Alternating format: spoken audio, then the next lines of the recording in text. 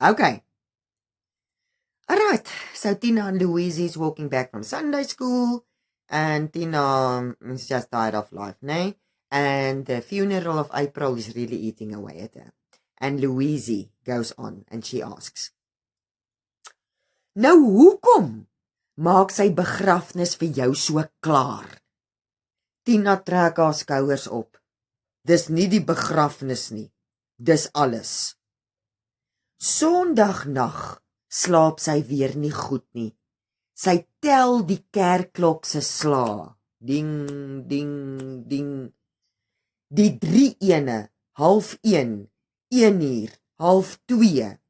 Voor 2 raak sy uiteindelik aan die slaap. Skrik toe onverkook wakker voordat die opstaan klok, the bell in the hostel, nee, lui. Sy besef in die loop van die dag dat sy nie Saterdag 'n opstel geskryf het nie en aanvaar gelate dat haar naam vir detensie opgeskryf gaan word. She didn't do her homework. Die detentieklas sit in 'n klaskamer waar die middagson inskyn. Dis bedompig. Bedompig means it is muffy, stuffy, alright. Sy mis ete, maar dit pla haar nie. Sy was in elk geval nie honger nie. Sy begin die vergete huiswerk doen, maar vind dat sy nie kan konsentreer nie. Weer en weer lees sy die stuk, probeer daarvan sin maak, maar sy kan letterlik nie die eerste deel onthou teen die tyd dat sy die laaste deel daarvan gelees het nie. So her concentration is 0.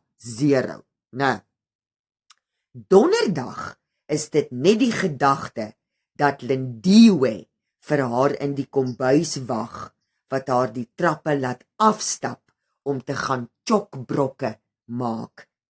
Lindiwe vertel verontwaardig, nou verontwaardig mense little ashamed, nee, van haar ouer broer wat laas jaar na die matriekafskeid 'n meisie swanger gemaak het.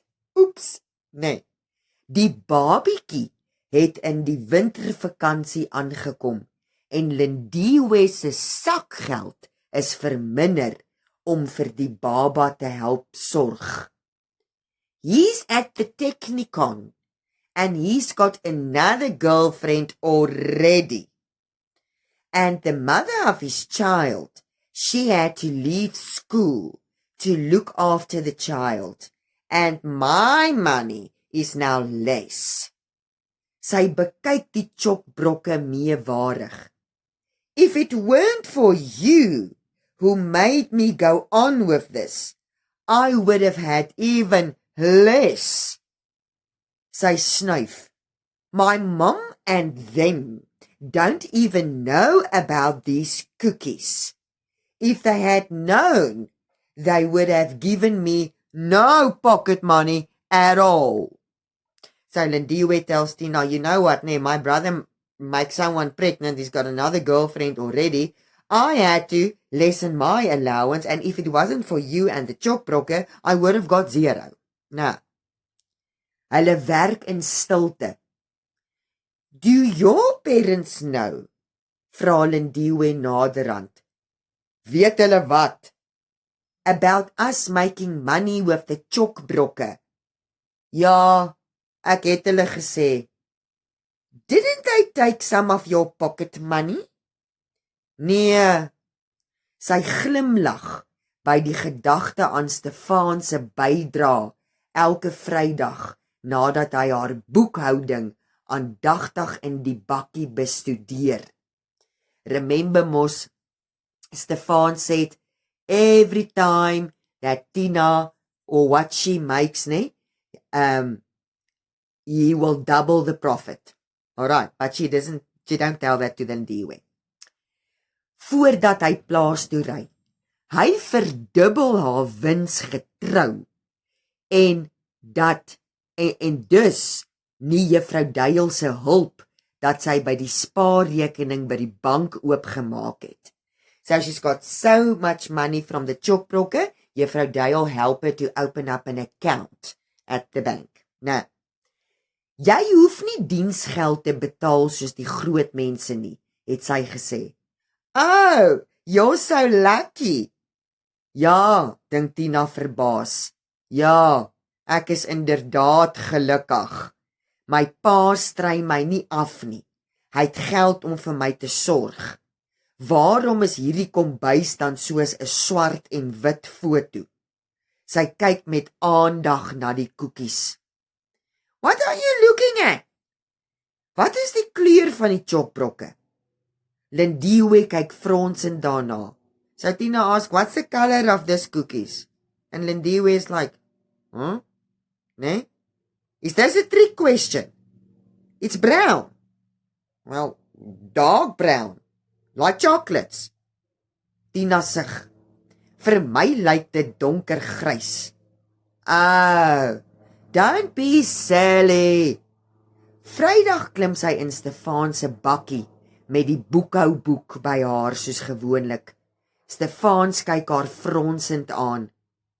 Waar's jou skooltas? Tina kyk agtertoe. Oh, sê sy vaag. Ek het hom vergeet. Ek sal hom gou gaan haal. Hulle ry in stilte plaas toe. Toe hulle van die N1 afdraai, sê hy onverwags.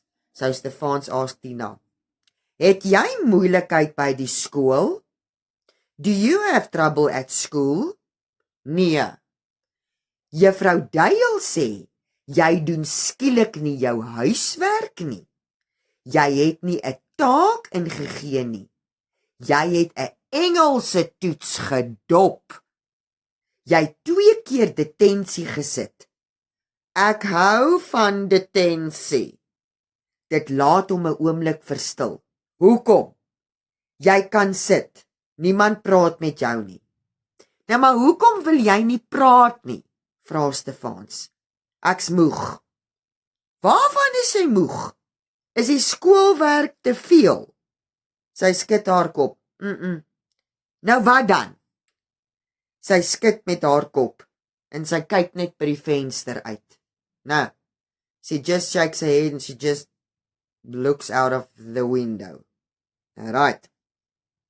Last page.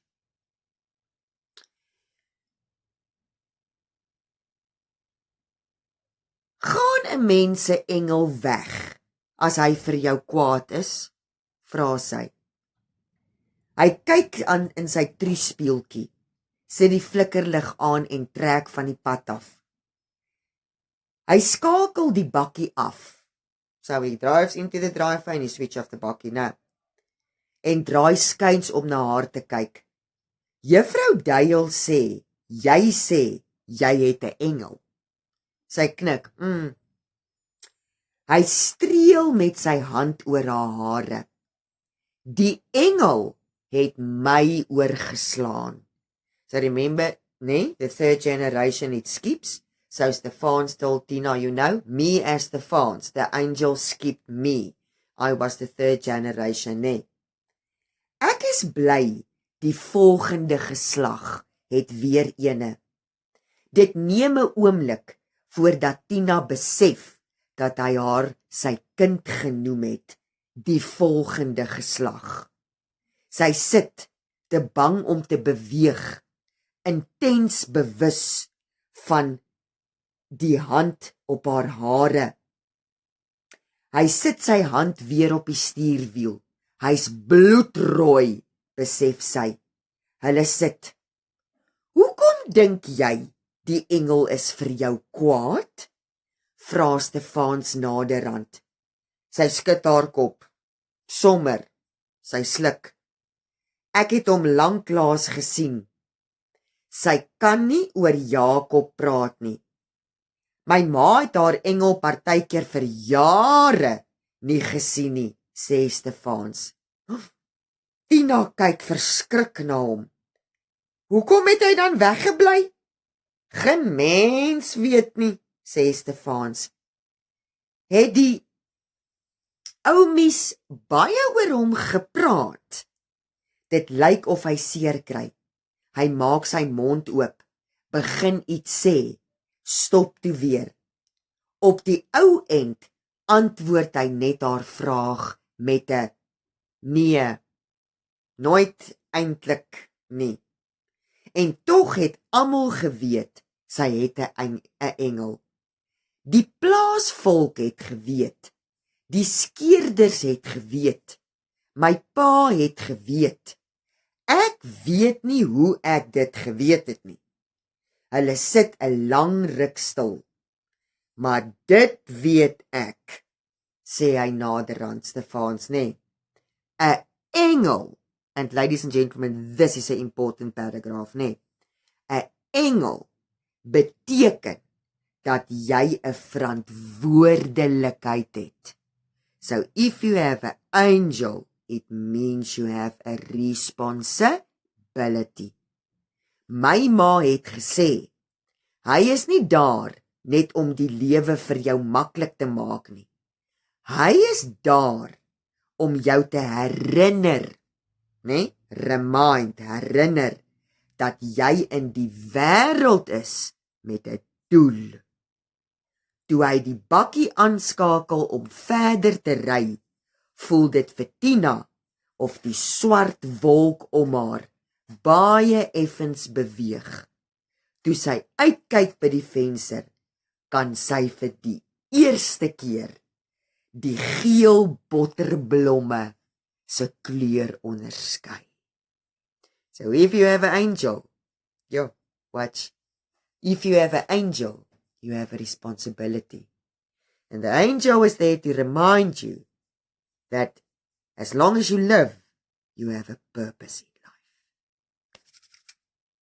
Love you. Chapter 15 coming up.